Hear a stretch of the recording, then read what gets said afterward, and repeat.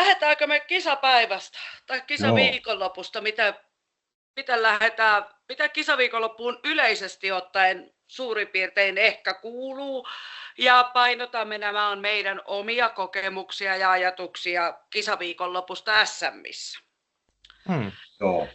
Ja suurin osa, tai ainakin osahan saapuu kisapaikalle perjantaina, joku on testentune, osa jo torstainakin, mutta että pääsääntöisesti perjantaina halutaan paikalle ja siinähän sitten meidän tekniikka tekee huikean duunin, kun yrittävät turvatarkastaa niitä ja se onkin sitten siinä on paljon muutakin. Me olemme olleet jo katsastuksessa, niin kaikilta osin tarvitse palata siihen. Ja Niin siis sehän menee käytännössä niin, jos ei ole kiertävää katsastusta, niin kun sä menet sinne kisapaikalle, jos on testantuun, niin silloin radasta riippuen, niin päästään torstai-illalla jo paikalla, vaikka 6 jälkeen. Se on aika yleinen ollut se aika siinä. Ja kun sä pääset sinne paikalle torstaina, niin silloin pistetään ihan ekaksi niin kuin leirikuntoon. Tavarat, kilpa-ajoneuvo siihen varikkopaikalle, mikä sulle on näytetty, että sä menet tohon ja puretaan leiri siihen ja homma on niin kuin siinä ja sitten katsotaan, että onko se katsastus jo paikalla. Jos se on paikalla eikä se ole kiertävä, sitten mennään katsastusjonoon. Se on niin kuin se ihan eka illan homma, että leiri pystyy ja katsastetaan se laite. Ja käydään ilmoittautumassa. Kyllä, joo, tuo oli hyvä pointti. Ilmoittautuminen on ihan eka.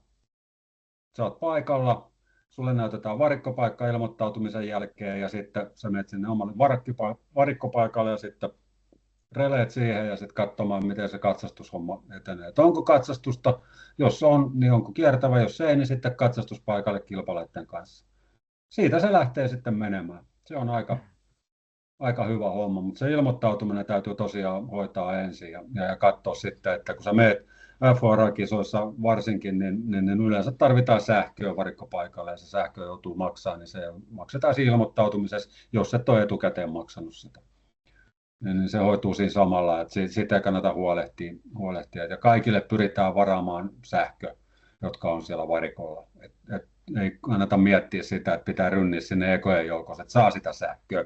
Kyllä sitä saa. Sitä on hoidettu sinne milloin milläkin tavalla, mutta kyllä se sähkö sinne varikolle aina tulee. Paitsi jos tulee valtakunnallinen sähkökatko. Ei puhuta nyt siitä. Semmoinenkin on nähty kisoissa, mutta itse asiassa puhutaan. Se on siis täysin mahdollista.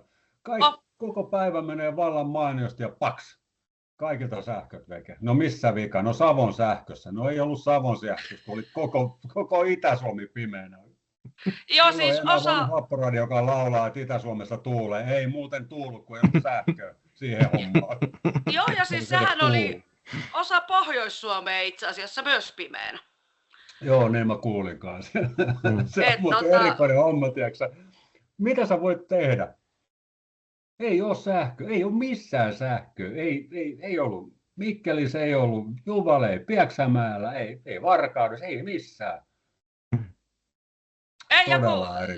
Mutta nyt on tämmöinenkin vaihtoehto koettu, mitä ei ole ikinä ajateltu, että valtakunnan verkko menee alas. Joo, se oli siis, ei olla muuten ennen koettu niin kuin kiihdytyskisoissa, en ainakaan muista. Että kyllähän on ollut niin kuin, että on mennyt kisa paikalla sähköt siltä alueelta hetkeksi, mutta ei tollaista ole, niin kuin, että et sä saa sitä sähköä mistään. Ture lähtee niin kuin jatkoroikan kanssa haahuille ympäri varikkoa, että olisiko mitään mihin tökätä. Tökkäämispaikkoja varmasti, mutta ei ainakaan mistä takaisin saisi. Joo, kyllä. Mutta sittenhän FOR järjesti sen sähkön sinne, että sinne tuli vähän isompia noita aggregaatteja. En mä tiedä, miksi niitä isoja sanotaan, kun vedetään kuorma-auton perässä. Ja mun mielestä Nevala oli siinä, motoparkin omistaja oli se, joka sitä niin kuin hoiti. Joo, kyllä. Ja sitten, että kuitenkin kahvia saivat keitettyä ja jos ruokaa ei ollut, niin oli kuitenkin sämpylä, että sielläkin kioskin syvärille kyllä isot pisteet siitä, että se oli kyllä todella erikoinen keissi, mutta hei, tämä kuuluu varikkoelämään.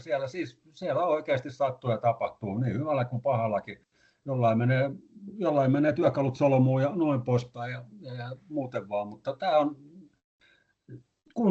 kun on ihmisiä paljon samassa paikassa, aina sattuu ja tapahtuu, niin se vaan menee. Mutta toi valtakunnallinen, siis siitä päästi oikein uutisiakin, että se oli niinku, Itä-Suomi oli pimeä. Ja osa Pohjois-Suomea. Joo, se oli kyllä. Että kaikkea sitä nykypäivänä sattuu. Mutta sekin oli kokemus ja siitä selvittiin. Se aiheutti hiukan kevätjuhla- ja joulujuhlaliikkeitä, mutta sehän meni sitten kuitenkin ihan sujuvasti siitä. No mutta hei, mitäs sit varikolla tehdään? Jos sä oot saanut jo laitteen katsastettuakin, niin mitäs sit touhutaan? No jos ajaa testentuneen, niin sittenhän lähdetään siitä sitä kohden, tai sitten aletaan odottelemaan seuraavaa aamua, että siinä aletaan katselemaan vehkeet ja tarviiko tehdä huoltoa. Esimerkiksi kun osaa tehdään aina huoltokisapaikalla, tarkistustsekkaus, tehdään se. Katsellaan kamppeet ja tietenkin ruokaa ja kahvia. Siis kahvithan laitetaan heti, sen jälkeen on suurin piirtein telttaan nostettu ja kamat kasassa, että kahvihan laitetaan aikana heti sen jälkeen tulille, ennen kuin lähdetään edes katsastukseen. Kyllä se kahvipannu jo porisee, jos mahdollista, kun sitä paikkaa kasataan. Niin. Mutta viimeistään. Viimeistään, siis ihan viimeistään, ei katsastukseen kerätä ennen kuin kahvit juotu, se on kyllä aika monta kertaa nähty että tai sitten jos on kiertävä katsastus, niin katsastusmies ottaa siinä sitten kans kuppi kahvia. Ihmetellään. Joo. Ja sehän nyt riippuu, ajaako esimerkiksi perjantaina testentuneen tai jotain, mutta silloinhan on tullut jo aikaisemmin sinne, jo torstaina, mutta siinä on tultu ja vehkeet kasaan ja huollot ja aletaan ottaa seuraavaa aamua ja kilman ajoa. Niin. Ja joko on perjantai-ehtoona tai lauantai-aamuna ohjaajakokous. Niin. Ohjaajakokous nyt on usein pidetty testantuun päivälläkin, totta kai mun mielestä se pitäisi pitää aina, että tiedetään mitä siellä toimii ja sitten lauantaina se totta kai pidetään ja sunnuntaina jos on tarpeen. Lauantaina on pidetty aina aamulla ohjaajakokous. Ainakin mun muistin mukaan. Sitten kun tää tulee ulos, tää jakso, niin joku laittaa sinne someen, että ei pidetty silloin ja silloin. Olikohan Kalajoella, että se oli perjantaina? Joo, voi ehtoosta. Joo. Miten sitten, siis, jos on tuommoinen testantuneen torstaina, tuut sinne, just sanotaan vaikka tolleen 6 aikaa. Joo. Se on varmaan radasta riippuvainen, kauanko siellä saa testata ja tuunat. Eli siis ajaa. Joo, yleensä torstaisin ei ajeta muuta kuin katsastukseen maks. Perjantaina on sitten se varsinainen testantuun päivä ja silloin on aikamäärä, että se voi olla 10 tai 11:00–6:00. Ja silloinhan se perjantai varikkoelämä on aika vilkasta, koska perjantai tulee sinne paikalle niitä, jotka ajaa sitten lauantai, sunnuntai SM-kisaa. Ja sitten perjantaina siellä on saattanut testantuunessa joku jo vähän rikkoa laitettakin, se on lähdössä jo himaa ja siellä on vähän sellaista trafiikkia, että siellä saa olla sitten tarkkana kun liikkuu, että pysyy poissa käytännössä tieltä, kun siellä on aika paljon liikennettä. Ja sitten se, että silloin niin kuin ylipäänsä, että oli se kisaviikonloppukin, niin syytä katsoa ja kävellä vähän siellä sivussa ja vaikka olisi kuulosuojaimet, niin ne katsella ympärille, että tietää mitä ympärillä tapahtuu. Se on ei pistetä rokkia niin kuin kuulokkeisiin huutaa täysillä, vaan se, että kuulosuojaimet päässä, mutta koko ajan ympärillä niin kuin katsoo mitä tapahtuu. Vaikka meillä on varikkonopeudet ja ajetaan hitaasti ja hiljaa, mutta ei poukkoilla miten sattuu. Joo, siis hyvin useissa kiihdytyskisoissa on avoin varikko, eli sinne saa mennä katselemaan kuka tahansa. Mutta tuo oli hyvä toi Ari-Pekka pointti tuossa, että ei siellä saa mennä silmät kiinni. Ja jos on vähän pienempiä lapsia mukana, niin älkää päästäkö niitä hortoilemaan sinne, vaan varikolle kun menette, niin jos teillä on fleksiä niille kakaroille, niin pitäkää kädestä kiinni. Kun sä tuut tuommoisella, sanotaan nyt vaikka tuommoisella top door slammerilla sua hinataan, sä et todellakaan näe sieltä autosta niin kuin yhtään mihinkään muuta kuin se hinaajan ja sieltä on vähän vaikea vilkuilla ja sitten kun tuommoinen natiainen siellä menee suunapäänä edes sun taas, niin ei ole hyvä juttu. Et kun menette varikolle, niin katsokaa ihan oikeasti mitä siellä tapahtuu ja kävelkää sivussa ja sitten kun joku piippaa, niin on syytä jo mennä vähän ripeämmin sinne sivuun, koska silloin sieltä ollaan hinaamassa kilpa-ajoneuvoa A joko kilpapaikalle tai B radan päästä takaisin omalle varikkopaikalle. Tuo oli tosi hyvä pointti. Pitää painottaa joka kisassa. Joka kisan kun menette katsojiksi tai kilpailijoiksi, niin kattokaa ympärillenne. Älkää menkö siellä sokkona. Eli vanhemmilla on vastuu jälkikasvusta. Tässä sitä ei voi kiertää. Todellakin. Ja ylipäänsä aikuisilla myös itsestään.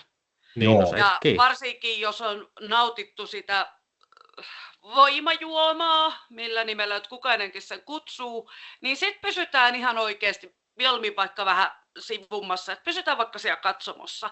Että siellä varikolla, kun meidän kuljettajat ja tiimiläiset on niin kuin tekee duuniinsa ja ollaan selvinpäin ja meidän toimitsijat, niin ei sitten mennä sen voimajuoman voimalla hortoilee sinne, koska oikeasti voi tulla vahinko, voi tulla vaaratilanne ja me kaikki halutaan pitää meidän laji turvallisena.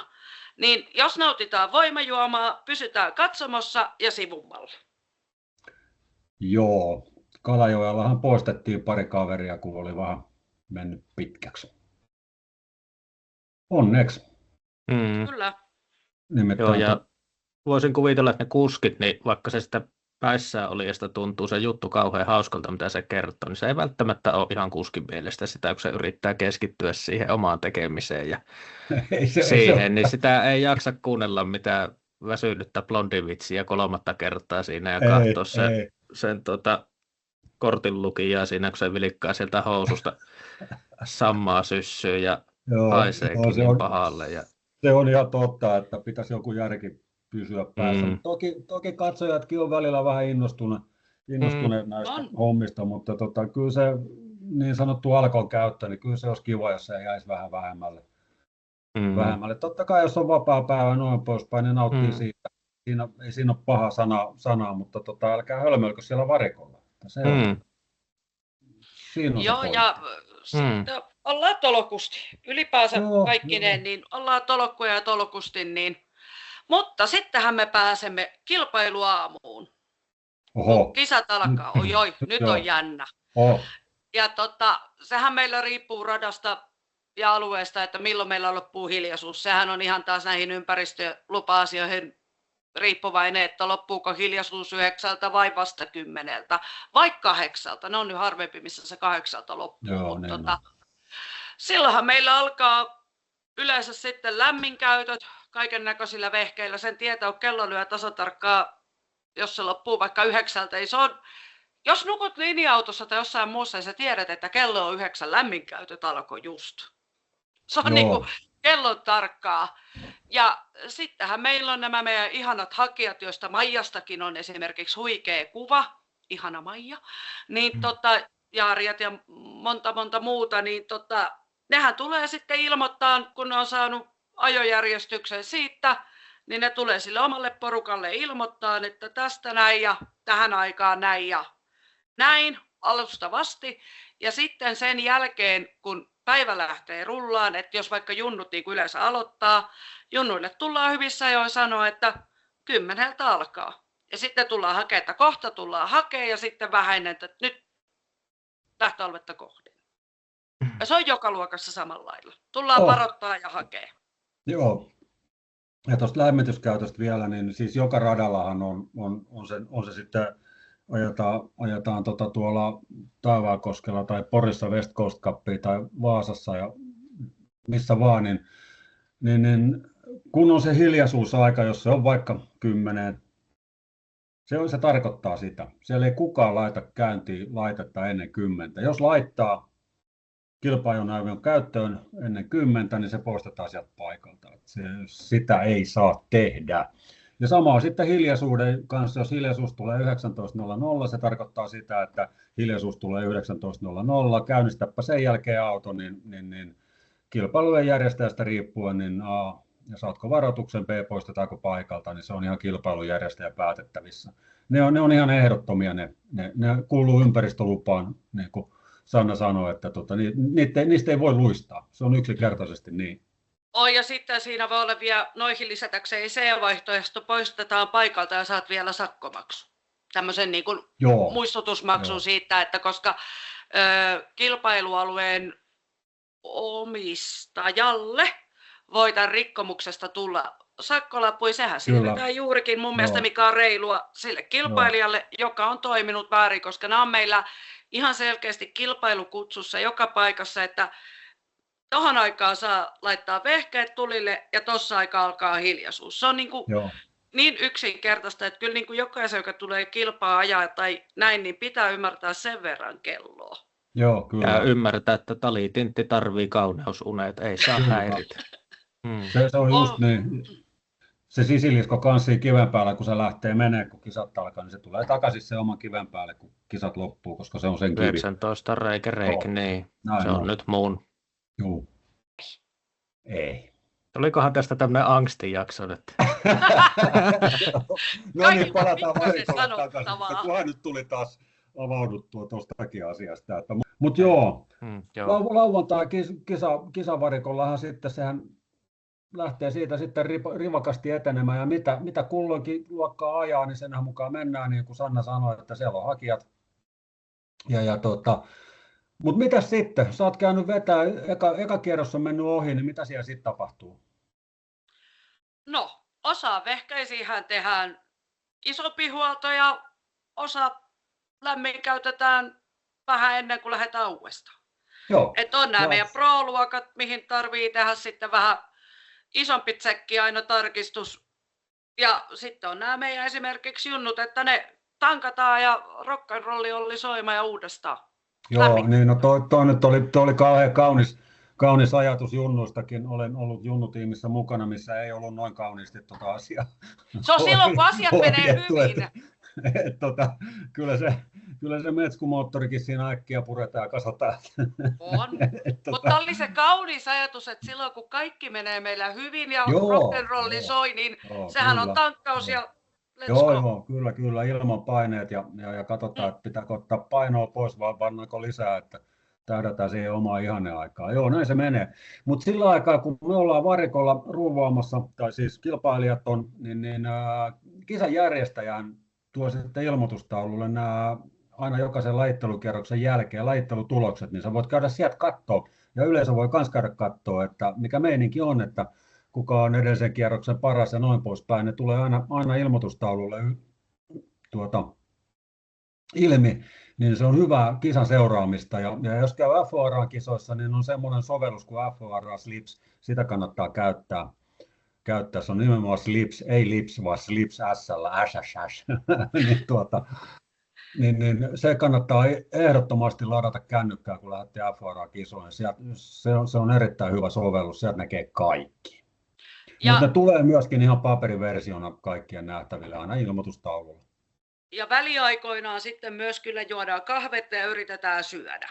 Koska nuo kisapäivät varsinkin silloin, kun meillä on hyvä keli ja päästään ajan, ne on kuumia, niin se ihan vissyn juominen, limpparin juominen, kahveen juominen, välipala leipää, se on niin kuin ensiarvoisen tärkeää, koska siinä aina oma aikansa kuitenkin joudutaan odottelemaan, että se oma luokka ajaa, niin se ruoka- ja nestehuollon ylläpitäminen on niin kuin ensiarvoisen tärkeää, ja sitten aina ihmettelee, että miksi ne on aina joku leipä suussa, se on pakko. Koska jos ei syö eikä juo, niin sitten käy köppäisesti. Käy joo, ja välillä käy tiimeillä silleen, että ei kerkeä syömään, vettä kerkeä juomaan. On ollut isompaa remonttia, niin silloin yleensä tiimin jäsen, joku tiimin kavereista, niin ottaa ne vesipullot mukaan sinne line-upiin. Se on se viimeinen niin kuin tankkaushetki sitten kuskille, koska Suomessa on aika vähän sellaisia tiimejä, että kuski vaan istuu ilmastoudussa perävaunussa ja katsoo siellä Simpsoneita, niin Joo, ei, kyllä ne yleensä aina osallistuu kaikki siihen ruuvaamiseen ja se menee välillä tiukille. Ja Että parhaimmillaanhan siinä ruuvareitakin syötetään leipää sille, että joo, kyllä. Se on tämä syöttöpalvelukin parhaimmillaan kyllä kisoissa, Joo, että se on hyvä.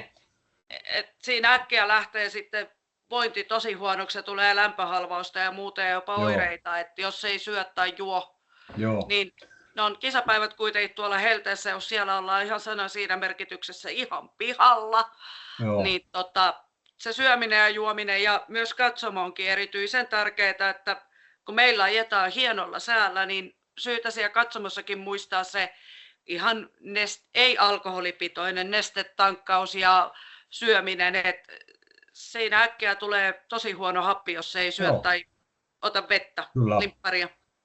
Kyllä, mä oon ollut radiossa kuuluttajana noissa kisoissa, niin on useasti tullut huudettua siellä, että juokaa vettä. Ja hattu päähän. Vesi on paras. Se vaan toimii tuolla. Tai vissy voisi olla ehkä vielä parempaa, mutta mä tein testin kerran, että vesi vai vissy, niin mä totesin, että vissy oli mulle parempaa. Mutta kunhan jotain nestettä ihan holitonta koneeseen, se on tärkeää siinä. Kyllä, ja taas päästään, jos on niitä pikkuihmisiä mukana, niin vähän väliä jotain evästä, mikä vaan maistuu. Niin rillimakkara, kisamakkarahan on ihan aina paras. No siis kisamakkara pitää syödä. Se on ihan ehdoton. Kisaslörde pitää saada nassuun. Se on niinku, ei voi olla kisa, missä sitä makkaraa ei ole. Kauhajoella oli kerran. Siis arvaa kauhea tärinä päällä, kun ei saa kisamakkaraa ostaa kiska. Sitten piti kiertää siellä varikolla, että kuka grillaa makkara. Tuolla on äkkiä sinne puhumaan. Motoparkissahan on siinä aika lähellä lähtölinjaa, niin siinähän on aina kisoissa makkaranpaistopiste. On nykyään, joo. Ei silloin ollut. Muistan kyllä kilpailun, kun ei ollut. Nyt on. En ollut ainoa, joka oli käärmeissään siitä. Siellä oli muutama 100 muukin tyyppi, että kun ei saanut makkaraa. No nyt on onneksi ollut. Juu, kyllä. Nyt on. Siitä iso kiitos järjestäjälle, joka sinne tulee sitä paistaa meille. Se on kisamakkara pitää saada. Se on ihan, se on pakko. Se on yhtä pyhä asia kuin aamukahvi. On. Se on. Ja sitten välillä niitä kisamakkaroita menee useampikin, mutta se yksi on niinku ihan pakollinen. Se on, ei tule kisoista mitään, jos ei sitä saa. Jep. Ihan menee. Joo, mutta hei, sitten tuosta varikkoelämästä vielä tiedätkö, kun kerran kävin varikolla silleenkin hassusti, että eräältä kilpailijalta meni tuo turbiini automaattivaihteisesta kilpa-ajoneuvosta ja sen verran oli kuski ollut kumminkin kartalla, kun omisti autonsa, niin oli ottanut varaturbiinin mukaan ja siinä sitten kädet rasvassa ne vaihteli sitä sinne turbiinia ja tuli sitten, jäi yksi kierros siitä muistaakseni heiltä väliin ja lähtivät uudestaan sitten hinauksen voimalla tietenkin line-upiin, kun säästettiin polttoainetta ja sitä uutta turbiinia ja sitten siellä line-upissa D päälle, kun saatiin lupaa, että olisi saanut mennä sinne burnout-alueelle, niin ei se auto liikkunut mihinkään. No olipa hyvä uusi turbiini ja sitten taas kauhealla säätämisellä pakit ja peruutukset ja takaisin sinne varikolle ja siellä yksi Megatsu sitten katsoo, että oliko nyt pakko laittaa se vanha turbiini sinne takaisin, kun toi uusi turbiini on tuossa pöydällä esille. Varikolla sattuu ja tapahtuu. Kiire on kova. Mutta olihan siinä sitten vähän jumppaa taas sille tiimille. Mutta kyllä ne uudenkin sinne sai. Ja se on niinku uskomatonta tuolla varikolla, että kun joltain hajoaa jotain, koska se on yleensä kun moottorivehkeillä ollaan kilpailemassa ja siellä yleensä sattuu ja tapahtuu ja ikävä kyllä hajoakin vehkeitä, niin se yhteisöllisyys siinä vaiheessa, että kun joku tulee, että mulla on tämmöinen pultti, onko sulla, tai ihan sama mitä, niin yleensä kyllä jostain löytyy joltakin ees sinne päin, tai joku tietää, että se tulee viimeistään tunnin päästä tänne. Kyllä. Se on totta. Mä oon sitä ihaillut näissä kiihdytyspiireissä niin kuin aina. Mä en niin kuin voi uskoa, jopa meillekin on käynyt niin, että on jouduttu osia lainaamaan. Ja se kilpakumppani, kenen ekalle kierrokselle otti meidät pudotuksessa vastaan, lainas meille sen osan. Että ei hävitä siellä eikä voiteta siellä varikolla, vaan mennään sinne radalle. Tehdään se siellä se asia. Ja sitten kaikki on hyvin. Siis se on ihan uskomatonta. Ja näin on käynyt ihan viime kesänäkin. Ja no, siis se on todella hyvä homma. Ei noille asioille voi mitään. Se joku prakaa ja se on sitten siinä, että sitten katsotaan, miten se saadaan kuntoon. Toki olin erään tiimin matkassa Nitro-kisoissa, kun torstaina 10:10 aamulla saatiin lähteä ekaa vetoa vetää ja kuski vetää siinä oikein komeat burnoutit ja valoihin ja valot vaihtui ja pam, ei mihkään. No ei siinä mitään.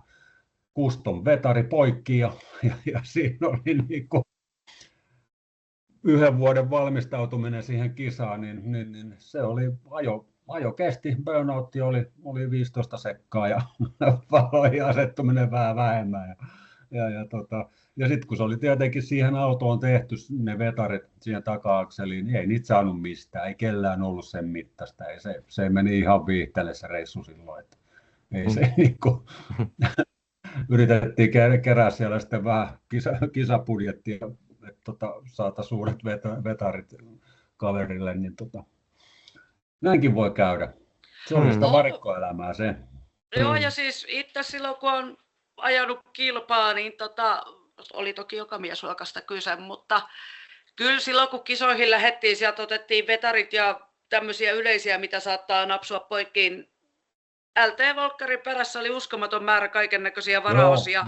Ja nimimerkillä itse katkaisi yhden vetarin. Mietin, että keneltä lähtee rengas tollain varren kanssa. Joo. Sitten samalla sekunnissa mä viittasin siellä kilparissa, että se oli mun. Joo. Sitten nauroin, että no hupsista. Joo, no, mutta noi vetarihommat on sellaisia, että harvalla on varavetari mukana. Ne ei yleensä, tiedätkö, niin kuin ne ei mene niin kuin rikki. Toki nyt sekin on yleistynyt, että nyt niitä vetareita on kyllä valistuneilla tiimeillä mukana, mutta meillä ei ollut koskaan. Me uskottiin siihen, että se kestää. Joo. Mutta siinä ollaan sitten ajateltu lajittelua kierroksia X. Joo. Päivästä ja tapahtumista riippuen määrä X. Ja sitten tulee illan hiljaisuus. Alkaa serviisit, Apuara-kisoissa myös junnutoiminta. Joo. Ja siinä on iltaruuat, huollot, pelit, vehkeet. Sitten käydään moikkaan kisapäivän jälkeen kavereita ihmettelemässä omia ja muita kilpureita. Joo. Kyllä. Se hiljaisuus, kun puhutaan hiljaisuudesta, niin toki sä saat hiljaisuuden aikana ruuvaa sitä omaa autoa, mutta sä et saa käyttää sitä. Älä pistä sitä käyntiin. Tee ne huoltotoimet silleen, että sä pystyt sen sunnuntai-aamuna hiljaisuuden jälkeen sitten pistää käyntiä ja katsoa, että onko viritykset onnistunut. Vaikka sä ruuvaat sitä, vaihdat sä sitten kaasaria tai ihan mitä tahansa sä teet siellä, ja ihan mille vehkeelle vaan, niin älä laita sitä käyntiin. Ellei se ole sähkötraksteri. Sen voi käynnistää.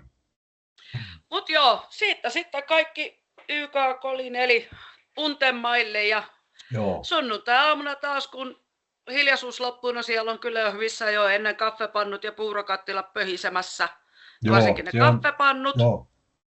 Ja sitten kun pääsääntöisesti sunnuntaisinkin 9, joissain voi olla 10, pääsääntöisesti 9 loppuu taas hiljaisuus, niin lämminkäytöt ja herääminen uuteen aamuun ja sittenhän me aletaankin pudottelemaan. Ja silloin ei edes välttämättä junnut aloita, että silloin voi olla eri ajojärjestys kuin lauantaina. Joo, hei, hyvä kun sanoit tuon ajojärjestyksen, koska sehän tulee kans sinne ilmoitustaululle ennen kuin ajot alkaa, jopa edellisenä päivänä yleensä. Jos se tulee sen testantuunin päivän aikana sinne lauantai-sunnuntai-ajojärjestys. Ja lauantai-iltana, kun ajot on ohi, niin se lopullinen kaaviojärjestys tulee myöskin sinne mistä näkee sitten, että ketä vastaan sä ajat, jos et sä jo aikaisemmin ole itse sitä laskenut, että ketä vastaan sä ajat. Niin ne tulee myös sinne ilmoitustaululle. Että tuossa on ne parit, millä lähdetään pudottelemaan. Ja niin kuin Sanna sanoi, niin riippuu siitä automäärästä autoryhmässä, että ketkä aloittaa. Isommat luokat aloittaa aina ensin.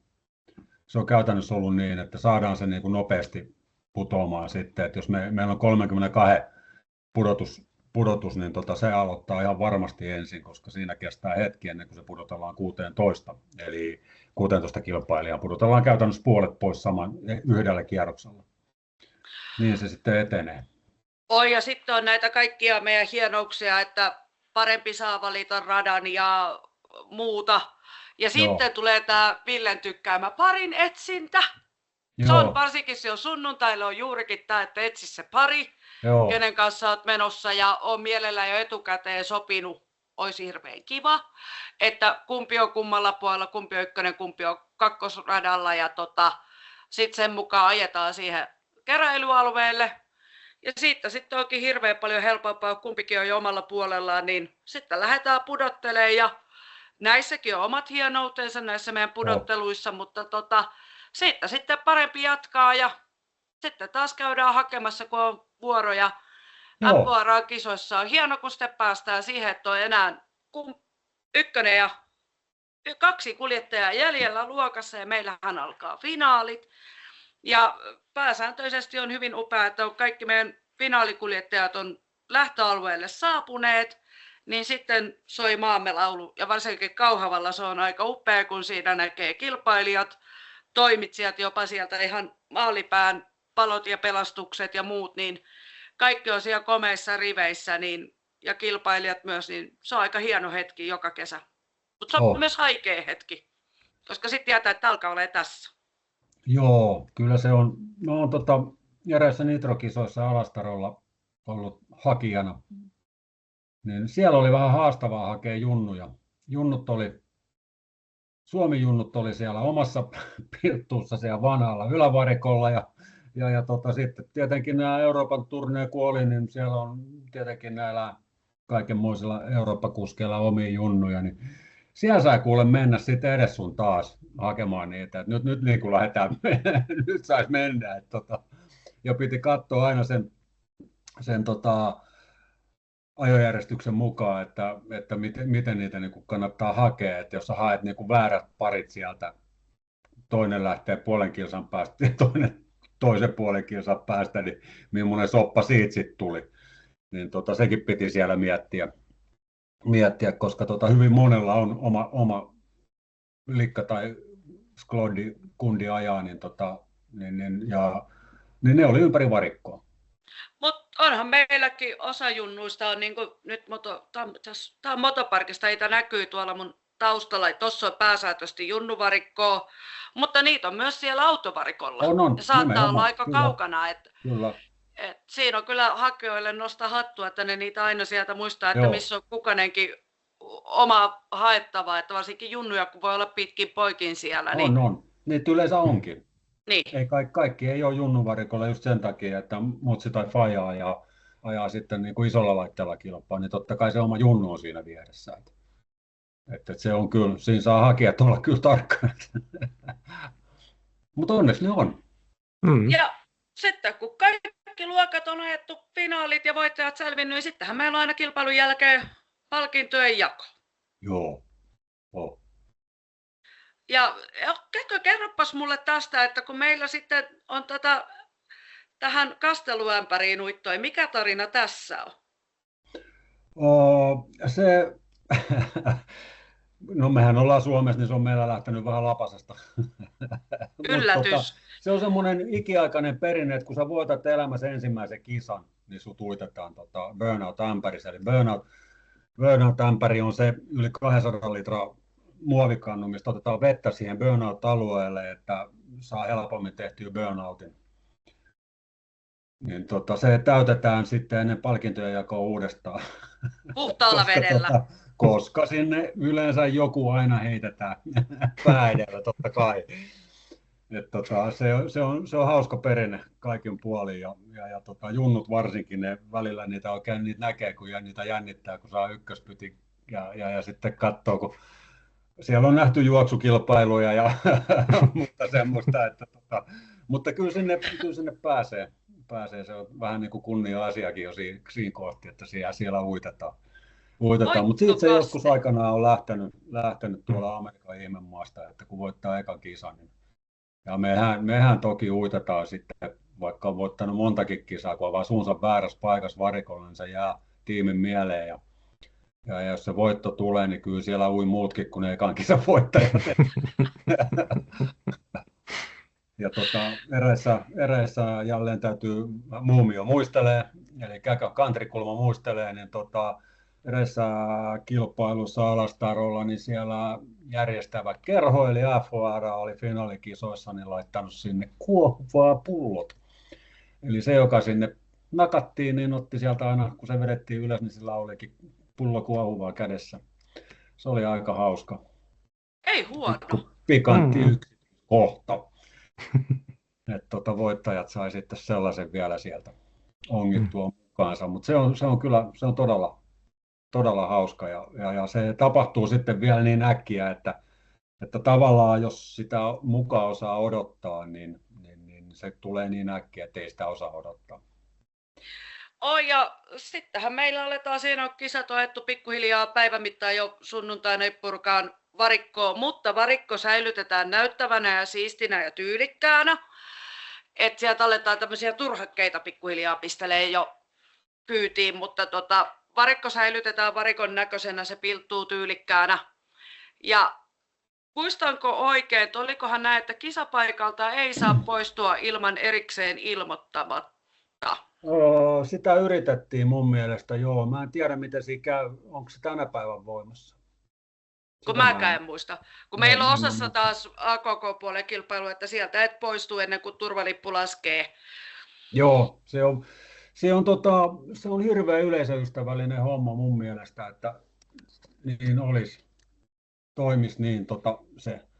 Mutta mä ymmärrän senkin, että jengi haluaa himoa. Siis kyllä sä oot siellä viikonlopun ollut kaulas myöten akselirasvassa, niin kyllä sä himoa haluat. Ja monellakin on yleensä aika pitkä matkakin vielä. Joo. No mutta ei puututa niin matkoihin, mutta se alkaa se väsymys iskee, että se sinne himoa haluaa. Mutta meillä oli siis, mun mielestä FHR:lla oli pari vuotta sitten, on tästä varmaan enemmänkin, että ei saanut ennen 2 lähteä tai jotain tällaista. Joo, kun tästä en tiedä, onko varma, voimassa enää. Se selvii kyllä sieltä FHR-sivulta myöskin, että onko se voimassa vai ei.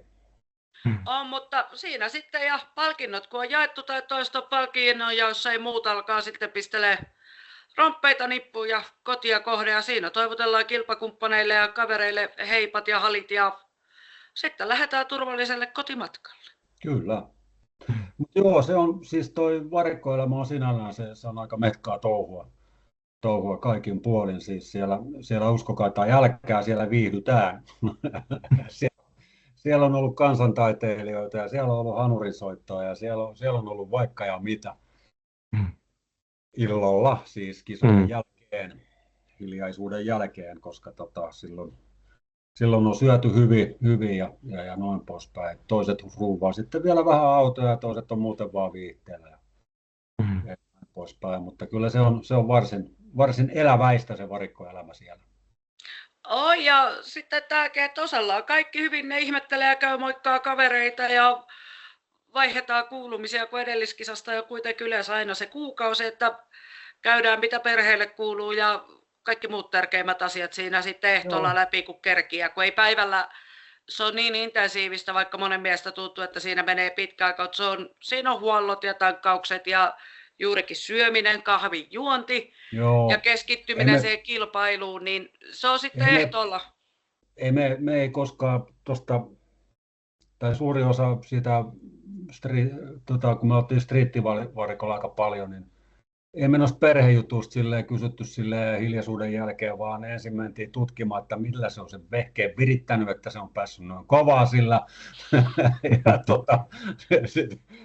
sitten ihmeteltiin, että miten sitä voidaan virittää lisää, että pääsee vielä kovempaa. Että kyllä no perhehommat jäi meillä vähän vähin. Mä tuossa mietin, kun mä oon niinku sutkautellut tässä vähän tälle lennokkaasti ja verrannut tätä kiihytystä nyt tämmöiseen niinku parisuhteeseen ja esileikkiin ja aktiin ja aktin jälkeiseen ja no kaikkeen. Ja pitäisiköhän mun tähän vähän, tästä voisi tähän, niin kuin jos hakisi ihan apurahaa, että tekisi tämmöisen kirjan, että niin kuin paritellen kisoissa. Kyllä. Olisiko siinä semmoinen niin kuin elämä ABC, että kuinka poltat kumia? Ehdottomasti, koska me ollaan käsitelty jo stokki. Superstokki on sitten se vähän niin kuin tuunattu. Ehkä vähän laitettu jo. Ja sittenhän päästään katso siihen Pro Modifiediin. Sittenhän on jo leikelty niinku. Joo, sitten on huulet tötteröllään jo. Aika paljon ja Top Fuelit on sitten jo. Ihan oma juttuunsa. Sitten ei tiedä, onko munaa vai kana ennen kuin kokkaa. Ei, kyllä se täytyy tarkistaa sitten henkilöllisyystodistuksesta.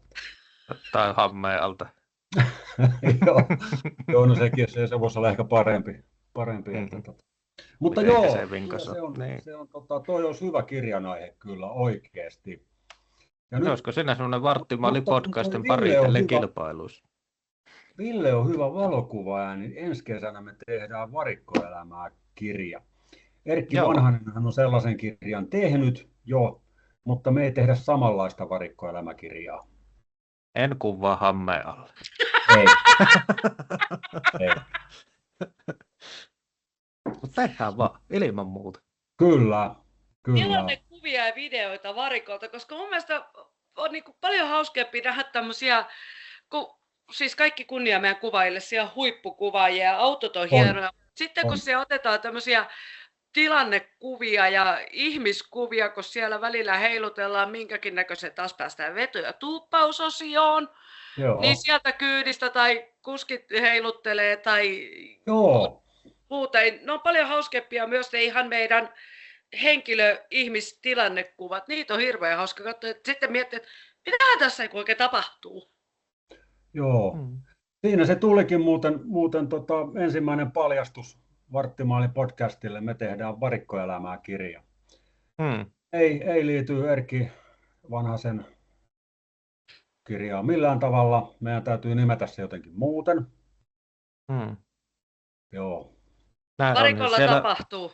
Joo. Runsaasta kuulijakunnasta varmasti löytyy niitä, joilla on löysää rahaa heitellä ikkunoista, koska lajihan on halpa. Joo. Sitähän on sitä rahaa, millä mällätä, niin voi osoittaa tähän kirjan kustannukseen. Kyllä. Ja tekoon. Kyllä. Se olisi kyllä kiva. Tulisi meidän oikein kovakantinen versio, ettei mun tarvi Nitojan kanssa istua puolivältä niitä yhteen. Lasertulostimen vieressä, kun se on se. Se olisi kyllä kiva, kun se on jollain sen verran vähän fyrkkää rahaa ja massia. Niin. Saisi ihan värikuvia. Joo, sekin vielä, ettei mun tarvitse värittää niitä vielä erikseen. Niin. Puuväreillä, kun menee väriliitoon. Kyllä menee muuten paljon. Mutta hei, rahasta tuli mieleen tämmöinen juttu, nimittäin Mäntsälän autopalvelu. Erittäin hyvä autokorjaamo Mäntsälässä, niin he ostivat Stock Superstock-sarjan ensi kesäksi. Se on Mäntsälän autopalvelu Stock Superstock-sarja ensi kesänä FHR:n Suomen mestaruuskisoissa. Se oli erittäin hyvä veto. Arvostan kyllä suuresti. Kyllä. On, noita luokkaponsoreita on. Ja niitä on hienoa, niitä on nyt niin kuin oikeasti viime kautenakin oli ja toivottavasti tällä kaudella saataisiin mahdollisimman moneen luokkaan. Et itse ainakin toivon, että mahdollisimman paljon saataisiin noille junnuille. No totta kai. Junnussa on tulevaisuus. Ja mä tiedän, kun mä ton sanoin, niin palautetta tulee jälleen väkevästi eräältä taholta, mutta ei se mitään, saa tulla. Me otetaan palautteemme vastaan. Ja meissä on tulevaisuus. Niin, anteeksi. Meissä on tulevaisuus On. myös. Meitäkin saa sponsoroida. Joo. Jos haluat tämän paijan, niin kyllä tämän saa tästä päältä, kun rahasta sovitaan. Voin sitten laittaa semmoisen pakkausteipillä vaikka firman logoon tuohon. Kyllä mä tiedän, Ville, että tuolla on ihmisiä, jotka haluaa paidan sun päältä, mutta mä luulen, että tuo AP-paidan haluaa useampia. Joo, kyllä mäkin veikkaan, että kyllä varmaan löytyy just näitä Niin siis tässähän on kyllä hyvin Nitro tällä puolella Modified. tilaa ottaa. Mulla on hieno valkoinen tussi, millä mä voin lisätä tähän sitten niinku nimikkeitä. Ja sitten tulee someen, että paljon se maksaa, kun se APn paita lähtee päältä. Ei se Sitten tässä lähde. Sitten tuleekin itse AP siihen nimen taakse. Siinähän on. Joo. Ne kysy. No mutta ei sekään paita halvalla lähde. Ei. Joo. Kyllä sillekin katsojia löytyy. Kyllä. Ainakin sitä Nitro-luokasta. Joo. Ehkä me siirrymme siinä vaiheessa, paita otetaan pois ihan muille alustoille, että sitten hintakin on vähän erilainen, että me emme tee tässä perheohjelmassa sitä. Joo. Varttimaali podcast goes OnlyFans.